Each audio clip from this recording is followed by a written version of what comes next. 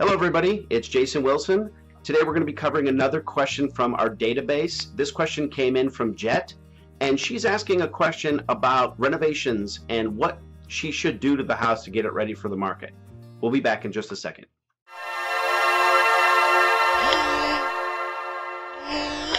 All right, this is a very loaded question. We probably could do a 3-hour CE class on the depth and breadth of what you could do to a property, because the short answer is it depends, right? Depends on what the property needs. But some of the specifics that Jet listed in here was related to old HVAC systems, wood floors, a lot of the things that have been done and the things that have not been done.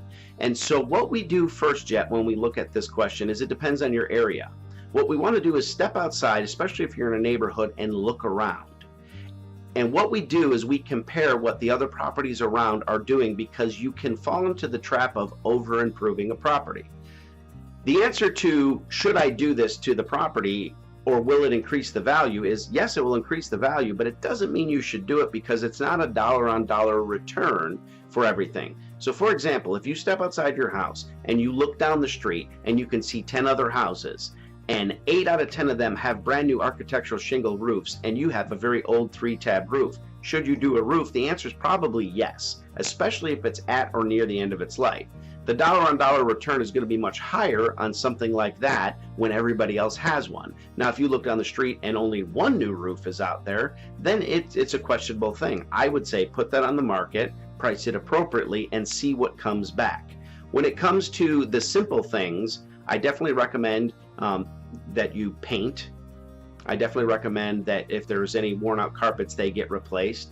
You had mentioned in the question about landscaping. That's a cheap, easy fix that gives you that curb appeal that draws people into the house.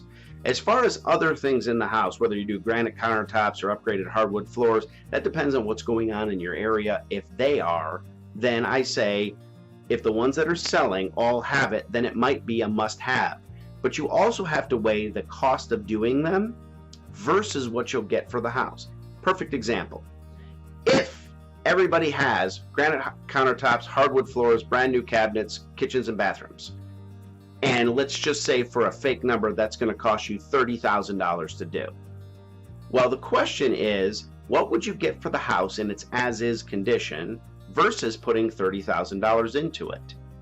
At the end of the day, you're going to split it out, and some of the items you'll do and some of them you won't. But in this perfect example, what you'll find is that you might put $30,000 into it and get $25,000 more for the house. Well, that's a net loss of $5,000 to you, which means it might be cheaper for you to take a much lower price simply and make more profit than it is to do everything, so that you don't have to be the highest sold property in the area, but you can get the most value.